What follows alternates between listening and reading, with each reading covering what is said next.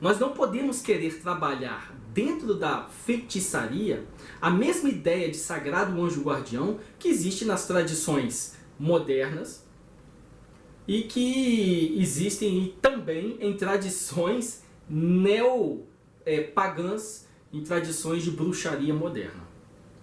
É muito complicado. Então, primeiro nós temos que entender que são sistemas diferentes, embora com cosmovisões similares. Qual que é a cosmovisão do neoplatonismo teúrgico e a cosmovisão da bruxaria, da feitiçaria? É animista. Você conversa com espíritos, você entra em contato com espíritos. No entanto, o sistema é diferente. Lá no neoplatonismo, como nós já vimos na segunda lição e vamos ver mais um pouco na terceira lição, a ideia geral é que tudo provém do um e tudo retorna ao um. O trabalho do neoplatonismo é essencialmente com o ponto, com o uno, com o bem. Então, dentro dessa cosmovisão, dentro desse sistema, o Sagrado Anjo Guardião, como daimon pessoal, é uma entidade que é colocada à sua disposição pelo próprio Uno. Não o Uno em si, mas pelo próprio regente da região sublunar. Este regente espiritual da região sublunar, ele te confere um daimon pessoal alinhado às virtudes do Sol, às virtudes do Deus Hélio, alinhado a essas virtudes para te acompanhar. Essa ideia foi cristianizada e hoje o que nós conhecemos dentro do cristianismo, dentro da Igreja Católica sobre o anjo da guarda é uma romantização dessa ideia do daimon pessoal que se tornou o sagrado anjo guardião em Abramelin e que se transformou no anjo da guarda dentro da igreja, na doutrina do anjo da guarda dentro da Igreja Católica. Nós não podemos pegar essa visão neoplatônica cristã romantizada deste espírito assistente e querer levar essa visão para dentro da feitiçaria. Não cabe. Porque a feitiçaria não leva em conta o uno, mas o círculo. Diferente do neoplatonismo teúrgico, cujo trabalho é sobre o ponto, a bruxaria, o trabalho é sobre o círculo. Você se envolve com uma miríade de criaturas, com a multiplicidade das formas e cada uma delas sendo independente e tendo a sua personalidade no grande corpo da deusa. Então não cabe aquela ideia do sagrado anjo guardião, do neoplatonismo, do cristianismo, dentro da feitiçaria. Porque esta entidade dentro da feitiçaria, ela assume uma outra roupagem. Que roupagem é essa? A do diabo. Dentro do sistema da feitiçaria, quando é feitiçaria de verdade, no ritual de iniciação, o neófito é apresentado pelo sacerdote ou pela sacerdotisa do clã, do convém, ao próprio diabo, o qual ele tem que fazer um pacto. Isso dentro da feitiçaria. Um pacto não necessariamente nos moldes daquele pacto do Fausto, nos moldes daquele pacto da demonologia francesa e dos grimórios posteriores, como o Grande Grimório, como o Grimório Vero. Não necessariamente naqueles termos, mas em outros termos. A questão é que a pessoa ela é apresentada diretamente ao diabo. E quem que é o diabo no sistema da feitiçaria? A própria natureza.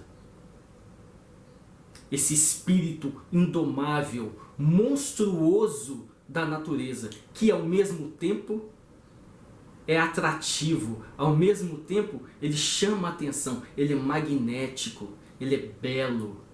É aquele Pan, aquele sátiro que fica tocando a sua flautinha, encantando as ninfas que são atraídas para dentro da floresta. Se te soltar pelado numa floresta, imagina o que a natureza faz com você. Ela te devora. Ela acaba contigo, é um grande monstro. Por contrapartida, nós nos encontramos numa encruzilhada. Como o universo é uma caixa de ressonância, este monstro sedutor da natureza, ele representa os nossos instintos animalescos mais profundos. Então, dentro do sistema da feitiçaria, quando você é iniciado, você é apresentado ao Senhor dos feiticeiros, ao Senhor das bruxas, o próprio diabo. Por quê? Porque é esta criatura que te dá poder e que te dá autoridade e que te dá autorização para lidar com as miríades de espíritos que existem aí no seu entorno. É o diabo. Então, dentro da feitiçaria, é por isso que não tem como você desassociar o diabo da feitiçaria, como nos sistemas modernos de neobruxaria aí, que são bruxaria Nutella. Dentro da bruxaria, da feitiçaria mesmo, não existe a possibilidade de você separar a prática do diabo. Por quê? Porque o diabo é este espírito que te dá o comando, que te dá o controle sobre esta miríade de espíritos que estão no seu entorno. E aí, dentro da escatologia cristã, esse diabo, que é a própria natureza, a força bruta e selvagem da natureza e ao mesmo tempo sedutora, este diabo foi pintado daquela maneira negativa dentro da escatologia cristã. E aí, dentro dessa escatologia cristã, ele assumiu aí o papel de rei do inferno, e aí ele tem uma miríade de exércitos, de legiões de demônios que te servem. Isso tudo é só um reflexo cristão deturpado da ideia, do sentido original do que é o diabo, que é essa própria força da natureza. Então, o diabo é aquele que fica na espreita, é aquele que está sempre respirando no seu cangote ali, ó. Ele está presente o tempo todo. E aí quando a gente começa a estudar os folclores de todas as regiões, começa a estudar sobre os espíritos da floresta, esse ser ele é sempre retratado de alguma maneira. Aquela presença que está sempre ali na floresta, te chamando. Como se diz na bruxaria, na feitiçaria, é ele que mostra o caminho para dentro da floresta. Ele fala assim, ó, vem aqui para dentro da floresta, ele mostra o caminho para a floresta. Esse que é o diabo, que a igreja pintou como uma criatura maligna. Mas ele não é maligno, ele é uma besta, ele é a própria natureza.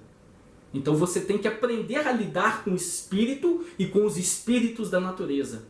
E uma vez que você faz este trabalho espiritual de lidar com uma miríade de espíritos, que tem uma miríade de personalidades, assim como os seres humanos, você começa a lidar melhor com toda a sua animosidade interior, com toda a sua bestialidade interior. Então, entrando em contato com esses espíritos, tratando desses espíritos, se comunicando com esses espíritos, nós, em contrapartida, também fazemos um trabalho direto sobre a nossa alma. E aprendemos a lidar melhor com as nossas emoções, a lidar melhor com os nossos medos, a lidar melhor com toda essa bestialidade que existe dentro de nós. Então, esse diabo dentro do sistema da bruxaria, que é o sagrado anjo guardião de toda bruxa, de todo bruxo, de toda feiticeira e de todo feiticeiro. Não naqueles moldes. Então, é preciso tratar este ser espiritual, tratar essa criatura espiritual dentro da configuração que a sua tradição prevê. Então existe essa mesma entidade dentro das tradições de cabala crioula. Inúmeros sistemas, inúmeras tradições, existe o trabalho com essa entidade. Muitas vezes completamente distinto desse arquétipo moderno que nós temos cristianizado do sagrado anjo guardião. Eu, pessoalmente, trato com esta criatura espiritual, este daimon, o sátiro. Então o meu trato com esta entidade espiritual não tem nada a ver com essa visão romantizada das tradições modernas nos moldes do sagrado anjo guardião. E se você agora, isso vai ficar bem mais claro na lição que nós vamos estudar aqui hoje, e se você agora começa a comparar e ver que esse diabo, que é a própria natureza bruta, que você conjura, que você entra em contato, que você faz um trato, que você faz um pacto, que te auxilia, que te ensina magia e a lidar com todas essas criaturas espirituais, agora vê este mesmo papel lá na história de Simão, o mago, lá na história de São Cipriano, lá na história de Fausto, lá na história do Abramelin.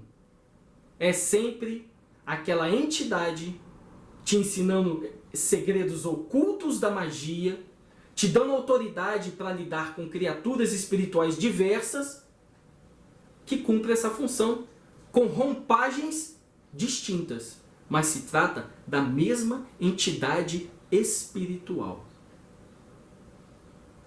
Então, se você quer assumir uma visão de mundo cristã, uma visão de mundo neoplatônica, você vai tratar esta entidade como um sagrado anjo guardião, um ser de luz, um ser que veio para te orientar no seu destino, um ser que veio para te instruir espiritualmente, um ser que está em contato direto com a sua alma intelectual. Mas se você assumir um estilo de vida de feiticeiro, você vai ter que lidar com ele na forma de um sátiro, na forma de um espírito assistente, o próprio diabo que te ensina os mistérios ocultos da magia, que é comandar os seres, as criaturas da natureza. Então, meus irmãos, a partir dessa introdução, a gente já pode seguir aqui na nossa aula e vamos ter que dividir essa aula em 2, tá? Então não ficar muito grande e cansativo para vocês.